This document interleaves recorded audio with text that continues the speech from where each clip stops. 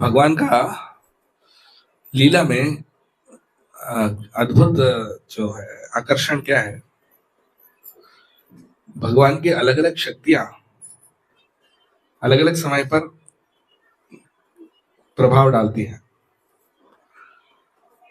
और भगवान के भाव भी बदलते रहते हैं।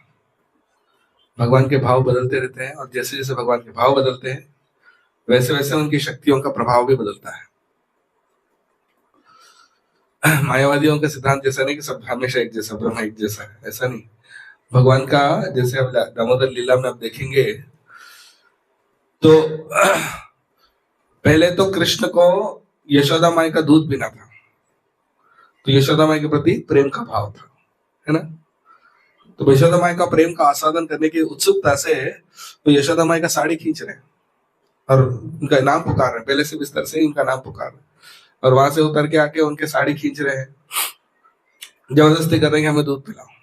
तो उस समय में उनका प्रेम को आस्वादन करने का भाव था।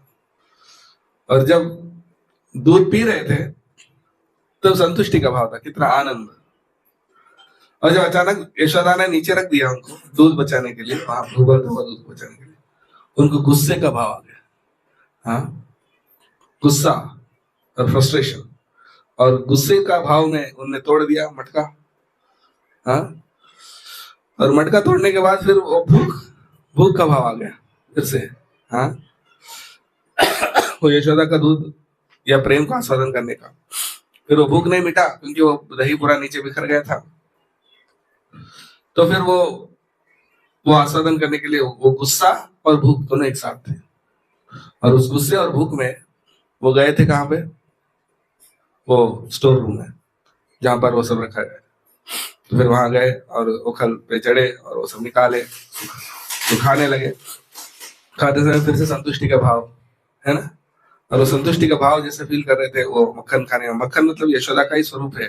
उसको देखते समय उनको लग रहा था कि यशोदा को ही देख रहे हैं, और उसमें हाथ रखते समय लगा कि यशोदा को गले लगा रहे हैं, और उसको खाते समय ऐसा लग रहा है कि यशोदा का दूध पी रहे हैं। और इतने में एकदम से उनको लगा कि यशोदा आ तो नहीं गई, इतना उनके बारे में सोचते सोचते। हाँ, और जैसे जैसे उनका भूख मिटने लगा वैसा वैसा उनका डर बढ़ने लगा, डर का भाव आ गया, अभी यशोदा आएगी तो क्या करेंगे। तो डर, और उस डर से फिर आंखों से आंसू आने लगा, और आंसू पहुंचने के चक्कर में मक्खन पूरा चेहरे पे लग गया। अब तो प्रूफ भी हो गया। हाँ, और फिर वहां से उस डर से भागने का भाव था। हाँ, तो इस प्रकार से फिर डर का भाव, फिर उसके बाद यशोदा उनको पकड़ती है, पकड़ने के बाद फिर उनको फिर गुस्से का फिर भाव, क्योंकि यशोदा डांट रही है कि आप बंदरों के मित्र हो, बंदरों के बंधु हो, इस तरह से। तो वो भाव, मतलब वो बात और ज्यादा उनको गुस्सा पैदा कर रहा था। मेरे को बंदर कहते हैं, बंदरों को मित्र कहते हैं। हाँ, फिर गुस्से से हट वाला भाव। हाँ, अब मैं नहीं बंधे जाऊंगा। और बच्चों को जब हट होता है ना, बच्चों को गुस्सा आता है तो सुनते नहीं, चाहे कुछ भी हो जाए। हाँ, तो बच्चों का हट है उनका कि मेरे को कैसे बांध सकते, मेरे को नहीं बंधना है, बंधना ही नहीं है। तो रोज तो यशोदा बांधती है, कभी वो अपने क्या कमर बंद लगाती है, धोती पहनाती है, पैर को हाथ में अलग अलग आभूषण लगाती है, तो उनको बांधना तो पड़ता ही है। तो डेली 10 बार बांधती है यशोदा, मतलब रस्सी से नहीं, भले कभी धोती से, कभी कोई हार से, कभी किसी चीज से। तो 10 बार, और गले लगाते समय दोनों हाथ से तो बंधे जाते हैं ना, हाथ में बनते हैं, आभूषण से बनते हैं, लेकिन रस्सी से नहीं बंधना उनको, क्योंकि हट है, हट का भाव। और हाँ, क्योंकि उनको शर्म भी आ रहा था, अगर मेरे को बंधे हुए कोई देखेंगे मेरे मित्र तो कल से चिढ़ाएंगे मेरे को। हाँ, और हट का भाव, और हट का भाव उसके साथ साथ गुस्सा भी है थोड़ा। और उस अपमान हमको नहीं लेना उस भाव से। हाँ, और कल अगर कोई मेरे को बांध देंगे यशोदा तो सब मेरे को चिढ़ाएंगे। कैसे चिढ़ाएंगे? दामोदर दामोदर कहेंगे। दामोदर जो नाम है, मतलब जिसको इसका पेट रस्सी से बंधा गया, तो ये नाम बहुत अपमानजनक नाम है।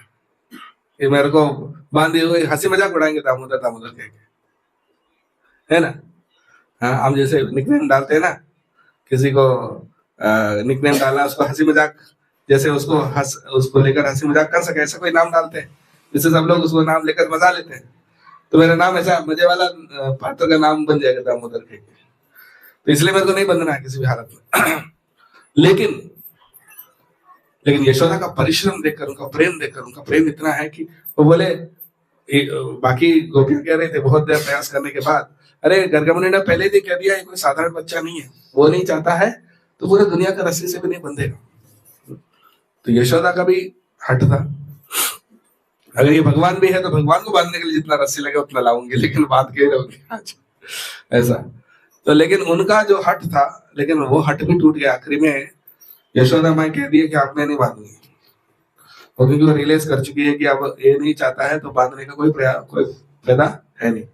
तो पूरा प्रयास करने के बाद उनका पसीने का बूंद उनके पैर में लगता है, किसका? कृष्ण का। तो पैर में लगता है तो तब जो है उनके अंदर करुणा का भाव आ जाता है, दया का भाव, कृपा। और जो कृपा का जो भाव है, उनकी विभूति शक्ति और सत्य संकल्प शक्ति, दो शक्ति है, ये दोनों शक्तियों को परास्त करके वो जो कृपा शक्ति है वो सबसे ऊपर हो जाती है। क्योंकि उन्होंने देखा यशोदा कितना हमें प्रेम करती है, तो फिर उन्होंने अपने बच्चे जो बाल हट है वो छोड़ दिए और उनसे बंधने के लिए तैयार हो। हाँ, तो देखिए मूड बदल गया ना फिर से, और फिर मूड बदल गया, और फिर यशोदा ने जब बांध दिया तो फिर उनको और फिर से फ्रस्ट्रेशन, मेरे को बांध दिया, अब मेरे को कुछ तो और उद्यम करना है। तो फिर उन्होंने वो नल को और मणिग्रीव का उद्धार किया। तो अभी मेरी पूरी कथा तो नहीं बताऊंगा, लेकिन कृष्ण के भाव अलग अलग बदलते रहते हैं। हाँ, और रस में, मतलब जो भक्ति रस में आनंद बढ़ाने के लिए, जैसे आप खाना खाते हैं तो एक ही जैसी चीज नहीं खाते ना, पहले करेला खाएंगे, ठीक है ना, फिर पकोड़े खाएंगे, फिर शाक खाएंगे, फिर सब्जी खाएंगे, फिर दाल खाएंगे, उसके बाद मीठा खाएंगे, और आखिरी में छाछ वगैरह लेंगे, और पाचक अलग अलग। तो उसी प्रकार से भगवान की लीला में वो रस, वो टेस्ट अलग अलग बदलने के लिए भगवान के भाव भी बदलते रहते हैं।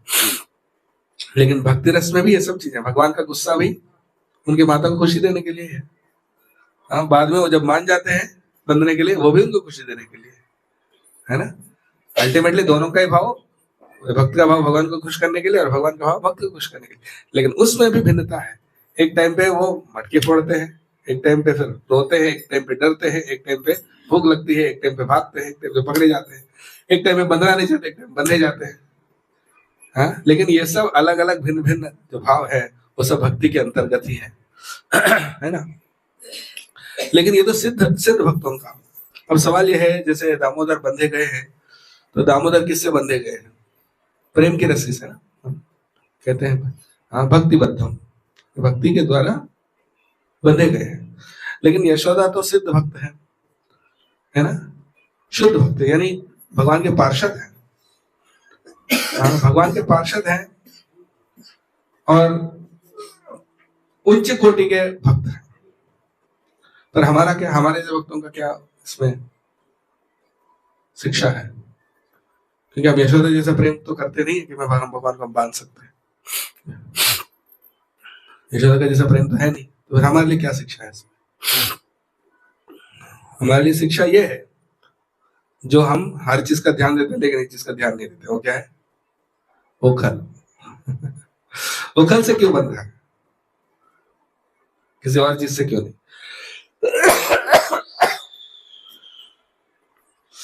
जो ओखल है, ओखल ना, ओखल, जो ओखल है वो क्या करता है?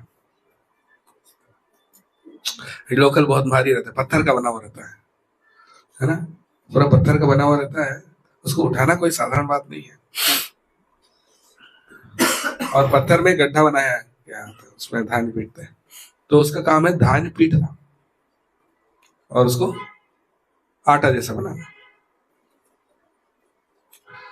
तो ये सूचित करता है साधक भक्तों को एक्चुअली, क्योंकि जो हमारे अंदर भक्ति लता का जो बीज है, भक्ति का जो बीज है, हरिनाम जो हम जप करते हैं, जो हम सेवा करते हैं, जो जप करते हैं, ये सब अनाज जैसे हैं, है ना। जैसे बीजे कैसे होते हैं, गेहूं के, दाल के, अलग अलग चीजों के जो बीज, वैसे ही हमारे भक्ति के भी बीज है। लेकिन ऐसे बीज हैं आप डायरेक्टली भगवान को ऑफर नहीं कर सकते। किसी को आप कुछ खिलाना चाहते हैं तो डायरेक्टली वो अनाज नहीं दे सकते, उसको आपको पीसना पड़ेगा, तब जाके उससे रोटी बनेगा ना। तो उसी प्रकार से हमारे जो बीजे हैं, जो भक्ति के बीज है, अभी वो, हाँ, उसको पीटना पड़ेगा, उसको फाइन करना पड़ेगा, उसको रिफाइन करना पड़ेगा। हाँ, वो है साधना। साधना डेली हम जो प्रैक्टिस करते हैं ना, डेली जप करना, कथा सुनना, है ना, सेवा करना, ये सब चीजें क्या करते हैं, वो जो क्या बोलते हैं उसको, ओखल का जो होता है ना लकड़ी जिससे हम पीटते हैं, पता नहीं क्या कहते हैं उसको, हाँ, मुशल, उस मुशल से पीटते हैं। उसी प्रकार से डेली हमारी साधना से क्या होता है, हमारे अंदर जो भी अनर्थ है वो दूर होते हुए, वो जो हमारी हरिनाम है, हमारा जो साधना है, वो और फाइन रिफाइंड होते जाता है, और ज्यादा शुद्ध होते जाता है, और अच्छा होते जाता है, और नरम होते जाता है। और जब वो पूरा पिस गया, मतलब पूरा जब वो पाउडर बन गया, फाइन पाउडर बन गया, तब उसको भगवान को ऑफर कर सकते हैं। यानी भगवान यहाँ ये कह रहे हैं कि जो क्या बोलते हैं उसको, उखल, उखल से बंधने का मतलब ये है कि इवन जो साधक भक्त है, ऐसा नहीं कि सिर्फ यशोदा, यशोदा का रस्सी से ऐसे तो वो है, प्रेम है, उनका शुद्ध प्रेम है, लेकिन जिसको वो शुद्ध प्रेम नहीं भी है, लेकिन साधना कर रहे हैं, साधना भी सही रूप से, नियमित रूप से जब कोई करते हैं, तो भगवान कहते हैं कि हम उनके, उनसे भी बंधे जाते हैं। यानी इवन साधना भक्ति भी अगर आप अच्छा से करते हैं, हाँ, भले ही आप सिद्ध अवस्था में नहीं है, सेवा साधक रूपेण सिद्ध रूपेण चात्र, तद्भाव लिप्सुना कार्या प्रजलोकानुसार, रूप गोस्वामी कहते हैं भक्त साम्य सिंधु में, सेवा साधक रूपेण सिद्ध रूपेण चा, दो रूप है, दो स्थिति है। एक स्थिति साधक की स्थिति और एक है सिद्ध अवस्था। सिद्ध अवस्था का मतलब है जब आप कृष्ण प्रेम प्राप्त कर चुके हैं, यानी भगवान का पार्षद बन चुके हैं, तो वह है सिद्ध अवस्था। और एक साधक अवस्था है जब आप प्रैक्टिस कर रहे हैं, अभी आप शुद्ध नहीं हुए हैं लेकिन प्रयास कर रहे हैं, ये हुआ क्या, साधक अवस्था। साधक अवस्था और सिद्ध अवस्था दो अवस्था है। इन दोनों अवस्थाओं में हमें ब्रजलोकानुसारतः, यानी शुद्ध भक्तों का अनुसरण हमें करना चाहिए। तद्भाव लिप्सुना कार्य, वो भाव प्राप्त करने की इच्छा से हमें कार्य करना चाहिए। तो भगवान, देखो, भगवान के जो शुद्ध भक्त है, पार्षद है, उन सभी के दोनों अवस्थाएं हैं, ठीक है। साधक अवस्था कौन सा है, साधक अवस्था वो है जो इस भौतिक संसार में दिखता है, और सिद्ध अवस्था क्या है, जो गोलोक वृंदावन में दिखता है। दोनों रूप है, भगवान के भी दोनों रूप है। भगवान का साधक रूप कौन सा है, चैतन्य महाप्रभु। चैतन्य महाप्रभु भगवान है, लेकिन साधक जैसे व्यवहार कर रहे हैं, उनके जो सारे पार्षद उनके साधक रूप है। और सिद्ध अवस्था है गोलोक वृंदावन में, जो है हमारे आचार्य का भी, प्रभुपाद जी, भक्त सिद्धांत सरस्वती, जो हमारे परंपरा के जो आचार्य हैं, उनके भी साधक रूप है जो हम देखते हैं, और सिद्ध रूप है जो गोलोक में है। तो दोनों अवस्था में, हाँ, भक्ति का कार्य दोनों अवस्था में करना चाहिए, और दोनों अवस्था की भक्ति से भगवान बंधे जाते हैं। ऐसा नहीं कि सिर्फ सिद्ध बनेंगे तभी बंधेंगे, ऐसा नहीं। साधक स्थिति में भी हम अगर, हाँ, साधु शास्त्र गुरु की वाणी के अनुसार हम साधना करते हैं, तो उससे भी भगवान बंधे जाते हैं। बंधे जाने का मतलब क्या है, भगवान कृपा करने के लिए मजबूर हो जाएंगे।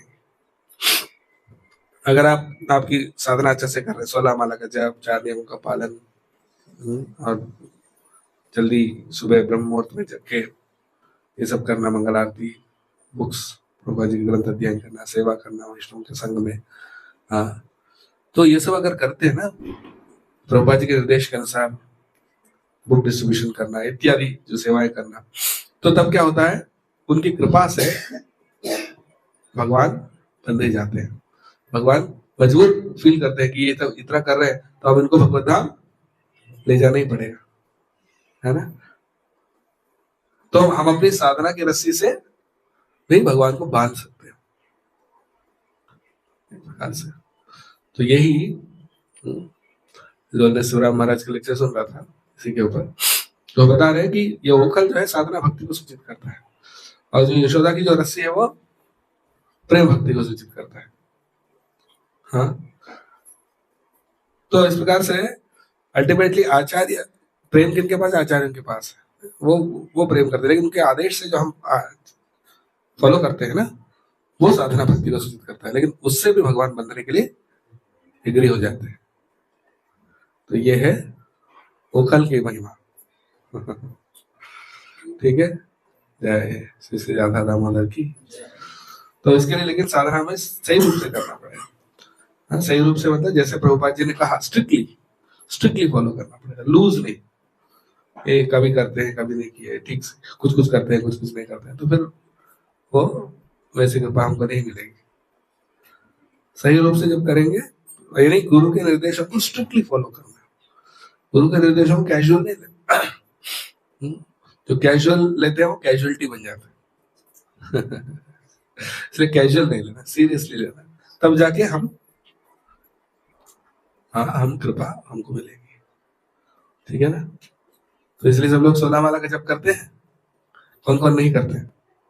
कौन कौन करते हैं? चलिए, कौन कौन करते हैं? चलो, 16 माला का जप करना। प्रभुपाद जी के बुक्स कौन कौन पढ़ते हैं रेगुलरली? Very good. ब्रह्म में जगना और साथ में सेवा भी करना। प्रभुपाद जी का बुक डिस्ट्रीब्यूशन करिए सब लोग जितना संभव है, और अन्य सेवाओं में भी भाग लीजिए। बहुत बहुत धन्यवाद। जय श्री प्रभुपाद की, श्री राधा दामोदर की।